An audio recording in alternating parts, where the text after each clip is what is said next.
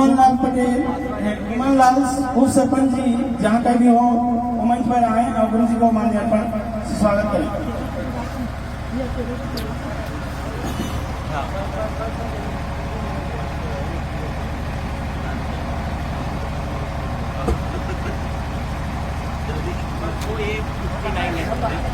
Actual क्या है ना, वो वाला मोबाइल पे क्या है उसी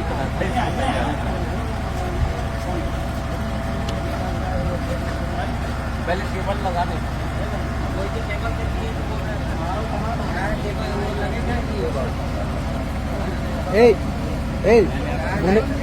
तत्पश्चात ये माल्यार्पण को विराम देते हुए अब आगे की ओर वो गुड़िया है ना, आगे की ओर कार्य प्रारंभ होगा। तो सभी भगत भाइयों से फिर से मेरा निवेदन, सादर निवेदन कि वो अथय स्थान बैठकर पंडाल में से इस सत्संग समारोह का आनंद लें और अपना अमूल्य जीवन का लाभ उठाएं। तो श्री सद्गुरुदेव नितिन साहब जी से सबो मोर प्रेम भाई मन से तरफ से सभ्य गांव के नगर नारी के नगर निवासी के सबो दाई दीदी भैया की तरफ से मोर निवेदन है सदगुरु नितिन साहब जी के चरणों में कि वो हम अधम जीवों को अपने मधुर वाणी से हमें इस भवसागर पार होने की तब तक इसने चला रास्ता बताकर हमें हिदायत करें। बोल श्री सद्गुरुदेव नितिन साहब जी की जय, श्री सद्गुरुदेव बराड़ साहब जी की जय, श्री सद्गुरुदेव सत्य कबीर साहब जी की जय।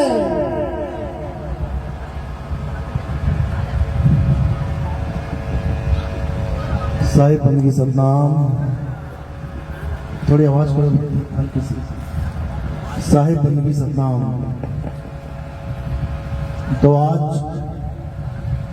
छत्तीसगढ़ में खेड़ी नारा गांव में आज मूल ज्ञान का प्रचार प्रसार होने जा रहा है। बहुत बड़े भाग हैं उन जीवों के जो इस ज्ञान को आज सुन पाएंगे, और उससे भी बड़े भाग हैं उन जीवों के जो इस ज्ञान को थोड़ा सा भी समझ पाएंगे। क्योंकि सुनना आसान है, आए बैठे घंटा 2 घंटा सुन के चले गए, लेकिन इस ज्ञान को समझना, एक एक बात को चिंतन मनन करना, एक एक बात की गहराई में जाना, ये सबके बस की बात नहीं होती। जिस पर परमपिता परमात्मा की मोहर लगी होती है, जिस पर मालिक की दया होती है, जिस पर बंदी छोड़ की कृपा होती है, केवल वही इस ज्ञान को समझ पाते हैं। नहीं तो किसी के बस की बात नहीं है कि इस ज्ञान को समझ पाए। बड़े बड़े ऋषि मुनि, पीर पैगंबर, औलिया, बड़े बड़े तपस्वी, बड़े बड़े जपी, बड़े बड़े सन्यासी इस मूल ज्ञान को नहीं समझ पाए और अपना पूरा जीवन जप में, तप में, पूजा पाठ में, हवन यज्ञ में, तीर्थों के स्नान में, चारों धाम में, पर्वतों के परिक्रमा करने में, नदियों की परिक्रमा करने में, इसी में बिता के चले गए, लेकिन इस मूल ज्ञान को नहीं समझ पाए।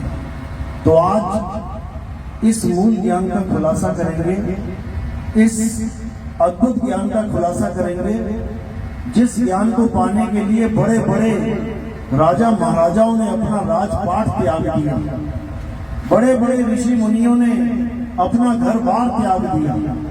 आज उस ज्ञान का खुलासा करेंगे। तो सत्संग शुरू करने से पहले परमात्मा के नाम पे जयकारा लगाएंगे। बोलिए परमपिता परमात्मा की, सदगुरु बंदी छोड़ कबीर साहेब की, सदगुरु बराड़ साहेब की, सदगुरु राम सेवक साहेब की, सदगुरु मदन पति साहेब की, सभी संतों की, सभी भक्तों की, सत्संग कराने वालों की। इस गांव नगर बस्ती की आज के आनंद की सकल हंस को बंदगी साहेब बंदगी सकल। तो आज वो शुभ दिन आया है इस गांव में जब मालिक के मूल ज्ञान का प्रचार होने जा रहा है, क्योंकि ये वो ज्ञान है जो कबीर साहब ने 600 साल पहले इस धरातल पर इस ज्ञान को रखा तो इस युग का नाम ही बदल दिया। क्या नाम है इस युग का? कलयुग। कलयुग में ही एक युग ऐसा आया था जब कबीर साहब इस संसार में आए थे, उस युग का नाम रख दिया गया भक्ति काल, भक्ति युग। ये भक्ति युग की बात चल रही है 600 साल पुरानी। जब कबीर साहब आए तो उस समय का नाम भक्ति काल रख दिया गया, भक्ति युग रख दिया गया। उस समय संतों को उन्होंने वो दिव्य ज्ञान प्रदान किया जिसके बाद एक अद्भुत ज्ञान का प्रवेश हुआ। वेदों से, पुराणों से, गीता भागवत से, सब ग्रंथों से परे का ज्ञान जिसको मूल ज्ञान कहते हैं। जब वो मूल ज्ञान इस संसार में आया तो सब संतों ने उस मूल ज्ञान के आधार से भक्ति करना शुरू किया। उन्होंने जीते जी परमात्मा को पाया। कहते पायो में नाम रतन धन पायो, जीते जी पाया, मरने के बाद नहीं। ये सारे ग्रंथ हमें मरने के बाद स्वर्ग की प्राप्ति, मरने के बाद गोलोक की प्राप्ति, मरने के बाद शिवलोक की प्राप्ति, मरने के बाद जन्नत, मरने के बाद स्वर्ग, ये हमें मरने के बाद की प्राप्ति करवाते रहे। और जब कबीर साहब आए उन्होंने क्या बोला? संतों जीवत ही करो आशा। कहते हैं जब तुम खाना जीते जी खा रहे हो, तुम पानी जीते जी पी रहे हो, तुम हर काम जीते जी कर रहे हो, तुम मुक्ति मरने के बाद क्यों ले रहे हो? मुक्ति भी मरने के बाद का सामान नहीं है। कहते हैं अबहू मिला तो तबहू मिलेगा, और नहीं तो जमपुर वासी। अगर तुम्हें आज मुक्ति नहीं मिली तो भूल जाओ कि कल मिलेगी। ये जीते जी का सौदा है। अगर प्यासे सो जाओगे तो सपने भी प्यासे ही आएंगे। नदियां ढूंढते फिरोगे, पानी ढूंढते फिरोगे। तो सोचो एक 6 घंटे की नींद हम बिना पानी के नहीं गुजार पा रहे हैं क्योंकि बिना पानी पिए सो गए। तो मरने के बाद का जीवन कैसे गुजारेंगे? जब शरीर छूट जाएगा तो बिना मुक्ति के कैसे मुक्त होंगे? जब पानी के बिना सोने पर चाहे सपने में नदी के बीच में खड़े होगे पानी पी लो, तब भी तुम्हारी प्यास नहीं बुझेगी। एकदम उठोगे खड़बड़ाते हुए और पानी ढूंढोगे, पानी कहाँ है? ये सबका हाल होता है। कभी सो जाना प्यासे पता लग जाएगा। तो कबीर साहब यही समझा रहे हैं, कह रहे अब हूं मिला तो तब हूं मिलेगा, नहीं तो जमपुर वासी। अगर आज तुम्हें परमात्मा मिल गया तो समझो तब भी मिल गया जब शरीर छोड़ोगे, और आज नहीं मिला तो तब भी नहीं मिलेगा। इसलिए क्या करना है? संतों शब्द साधना कीजिए, जौन शब्द से राम प्रकट भय, सोई शब्द कह लीजिए। संतों शब्द साधना कीजिए। कह रहे साधना तो सब कर रहे हैं। कोई मंदिर जा रहा है, कोई मस्जिद जा रहा है, कोई गुरुद्वारे जा रहा है, कोई चर्च जा रहा है, कोई देवी देवताओं की पूजा कर रहा है, कोई भूत प्रेतों की पूजा कर रहा है, कोई शमशान में बैठ के चंडालों की पूजा कर रहा है, कोई किसी की पूजा कर रहा है, कोई किसी की पूजा कर रहा है। इससे मुक्ति होने वाली नहीं है। किससे होगी? संतों शब्द साधना कीजिए।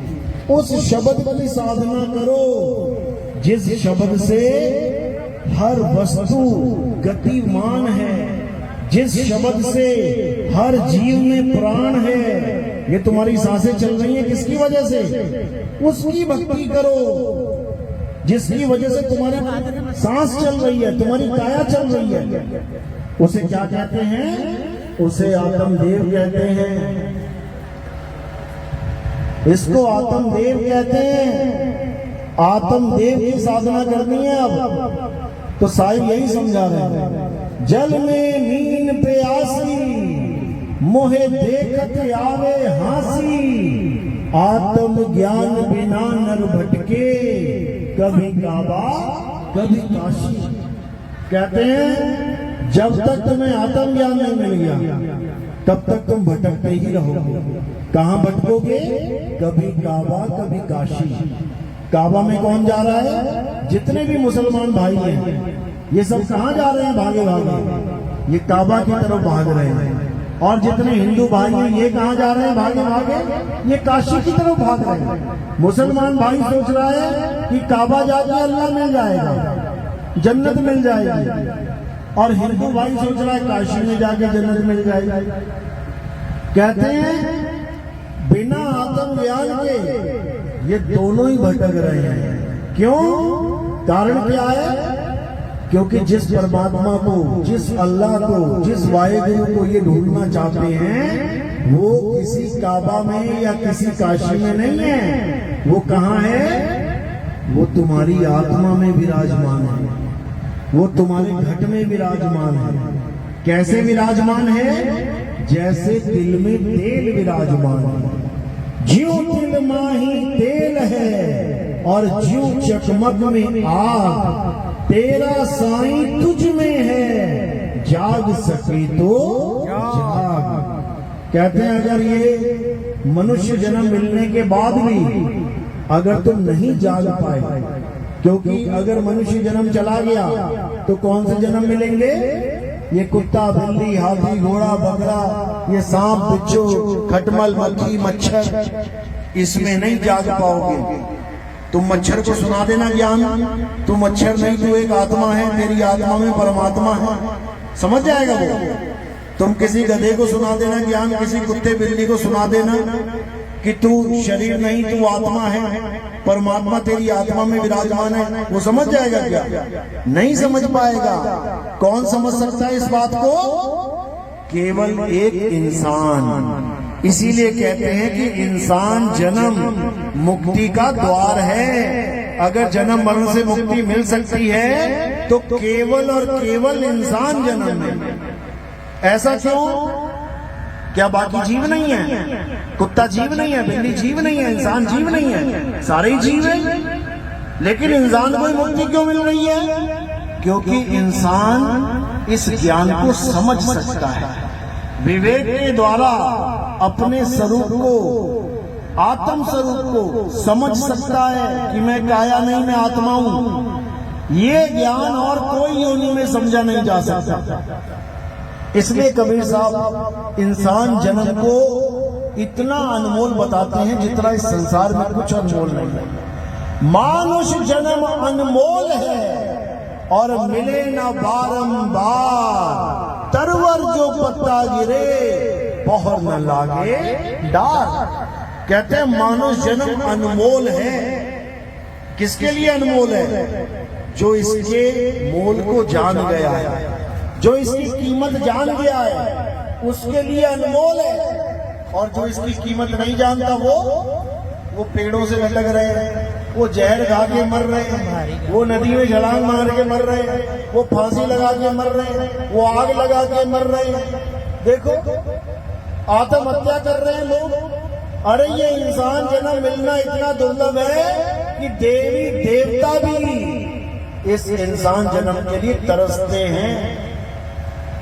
कबीर साहब कहते हैं इस देही को सिमरे देव, सो देही कर हर की सेव। कहते हैं इस देही को देवता सिमरते हैं कि हमें ये इंसान जन्म मिल जाए। क्यों? ताकि हम भी जाकर दुनिया में गुरु धारण करें। गुरु बनाने के लिए इस देह की आस लगा के बैठे हैं बड़े बड़े देवी देवता।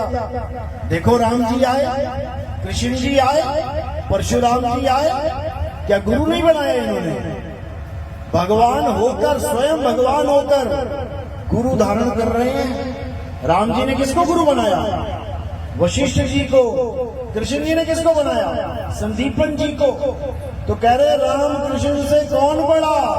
अरे तीन भी तो गुरु कीन और तीन लोग के वो धनी, गुरु आगे आधीन। जब गुरुजी हुक्म देते थे तो कृष्ण जी लकड़ियां चुगने जाते थे, लकड़ियां चुग के लेके आते थे, तब चूल्हे पे रोटी बनती थी। गुरुजी के लिए बर्तनों में पानी भर भर के बाल्टियां लेके आते थे, घड़ा लेके आते थे, तब गुरुजी नहाते थे। यानी गुरु के आगे आधीन होके, एक दास बन के भगवानों ने भी जीवन व्यतीत किया है। गुरु की इतनी बड़ी महिमा है। अब इसका मतलब ये नहीं है कि गुरुजी उनका नाम याद कर रहे हैं, उनका नाम जप रहे हैं कि गुरु वशिष्ठ राम राम राम राम करते थे। तुम्हें तो राम राम करवा दिया, क्यों? भगवान बना के कि राम जी भगवान है, तुम भगत हो, राम राम करो। गुरु वशिष्ठ के शिष्य राम है, तो गुरु वशिष्ठ कौन सा नाम जपते थे? चेले का नाम जपेंगे क्या? बिल्कुल नहीं।